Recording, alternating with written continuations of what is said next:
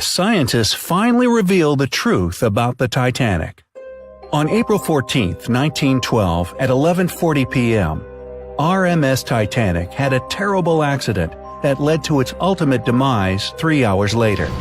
By 2:20 a.m. in the early morning of April 15th, the biggest ship of its time had completely disappeared under the ice-cold surface of the Atlantic Ocean. The Titanic took more than 1,500 lives with it as it sank to its watery grave. That's more than 2/3 of all the people on board. The cause of this horrible disaster, leading to so many deaths, was an iceberg the ship crashed into. Or so we've always been told. But scientists' most recent findings have debunked this theory. In this video, we'll tell you the whole truth that has been buried for over 100 years. At 882 feet 9 inches long, 92 feet wide, 175 feet tall, and with a usable volume of 46,328 tons, the Titanic seemed indestructible. People could walk for miles along her myriad passages and decks. Even the ship's officers needed over 2 weeks to remember their way around this huge construction. The Titanic had 4 massive smokestacks. Each of them weighed 60 tons, and they extended 81.5 feet above the deck. Such an impressive height was necessary to avoid covering the passengers in 100 tons of soot blown off daily. The smokestacks were placed at a 30-degree angle to look even more astonishing and imposing. No less awe-inspiring was the cost of the ship. Its construction demanded $7.5 million. If we take into account modern exchange rates and inflation, in 2016 they would be paying $166 million. Surprisingly, it would turn out cheaper than the production of the world-famous movie Titanic in 1997, which cost $200 million. Harland and Wolff Shipyard took on 3,000 men to build the ship. Even with a huge labor force working 6 days a week from 6 in the morning, it still took 26 months to complete the monumental task. It was a difficult and dangerous work. Imagine doing something at the height of a 20-story building with no safety ropes. But these people needed money to support their families. The builders got £2 a week, which doesn't sound like much, but it was a competitive wage back then. Unfortunately, 8 people died during the building process, and 246 were injured. So it's really hard to fathom that such a complicated mechanism, with all the work, effort, and money spent on its creation, could just sink because of one iceberg. Well, new findings give us reason to believe that the original cause of the catastrophe was not ice, but fire.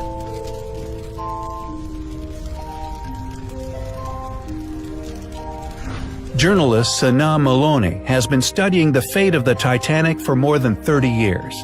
It was he who discovered a huge 30-foot-long black spot on the hull of the ship. He noticed it after examining a photo taken before Titanic's departure. The journalist got hold of an album of previously unpublished photographs that showed the construction of the ship and the preparations for her first and last journey. The fire had to have been burning for 3 weeks at a very high temperature before somebody noticed it. Metallurgy experts are sure that such conditions could have easily weakened the metal, reducing its strength by as much as 75%. That's why the iceberg didn't have any problems tearing a hole in the side of the ship. If not for the fire, it would have been impossible. But the fact that the iceberg hit exactly the spot with the compromised metal is one of the incredible links in the chain of the Titanic's tragic what-ifs.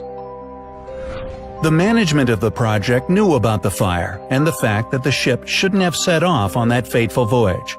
But it would have meant bankruptcy for the ship's owners.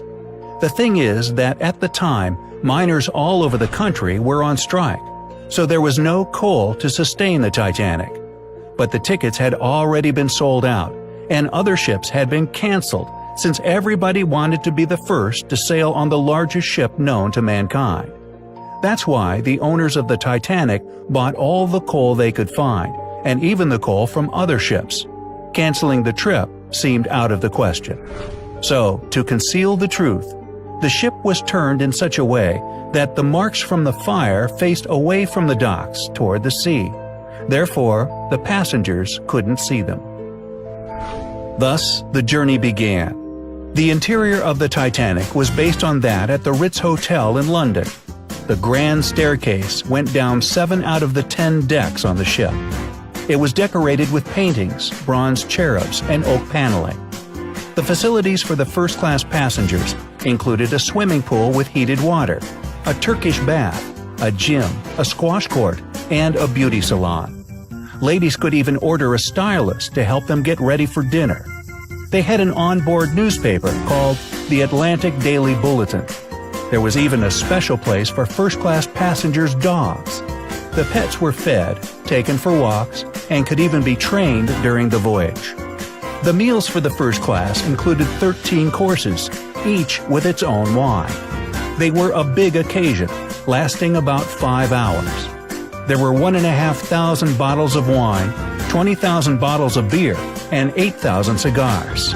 Yet, there were no binoculars. Why is this fact worth mentioning? Because having binoculars could have saved the Titanic. Here is another tragic coincidence in the chain of unfortunate events. There were no sonar systems in those times, so to detect threats ahead of a liner, special people kept watch using binoculars.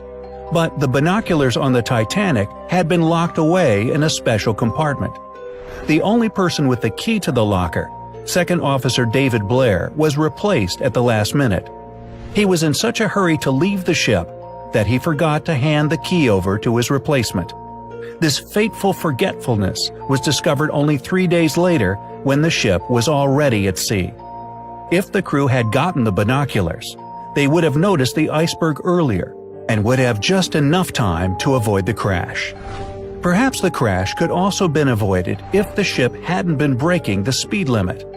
They were falling behind schedule, and this was unacceptable as it could ruin the Titanic's reputation. That's why the ship was moving at a speed much higher than the one it was designed for. Another criminal negligence was connected with the lifeboats. In order to contain all the people on board, the Titanic needed about 60 lifeboats. The chief designer, Alexander Carlisle, planned to equip the ship with only 48 boats, but eventually the number was reduced even more to 20. This was done purely for cosmetic reasons, since the deck looked too cluttered with 48. These 20 boats could seat only 1/3 of all the people on the ship. Surprisingly, such a hugely insufficient amount of lifeboats was technically legal. According to the laws of that time, the number of boats depended not on the number of passengers, but on the tonnage of a ship. What's more, at the time of the Titanic's construction, lifeboat drills were standard practice on ocean liners. This way, the crew could prepare passengers for an emergency should it occur. But this type of drill never took place on the Titanic. Captain Edward John Smith canceled the drill scheduled on the morning of the day the Titanic sank. Nobody knows the reasons for his decision, especially considering the fact that other ships had been passing on warnings about ice in the water in that vicinity. Perhaps this is why it took the crew over a half an hour to launch the lifeboats instead of the standard 10 minutes. Some people also blame Captain Smith for allowing the first batch of lifeboats to leave half empty. The first boat, with 65 seats, contained just 27 passengers. Why weren't they packed full? In the beginning, people were reluctant to leave the ship and didn't realize that they were in grave danger. In 2012, researchers found out that Captain Smith had failed his first exam in navigation. Eventually he passed, but who knows? Maybe this too played its own role in the disaster. As the Titanic was sinking, the crew sent several distress signals.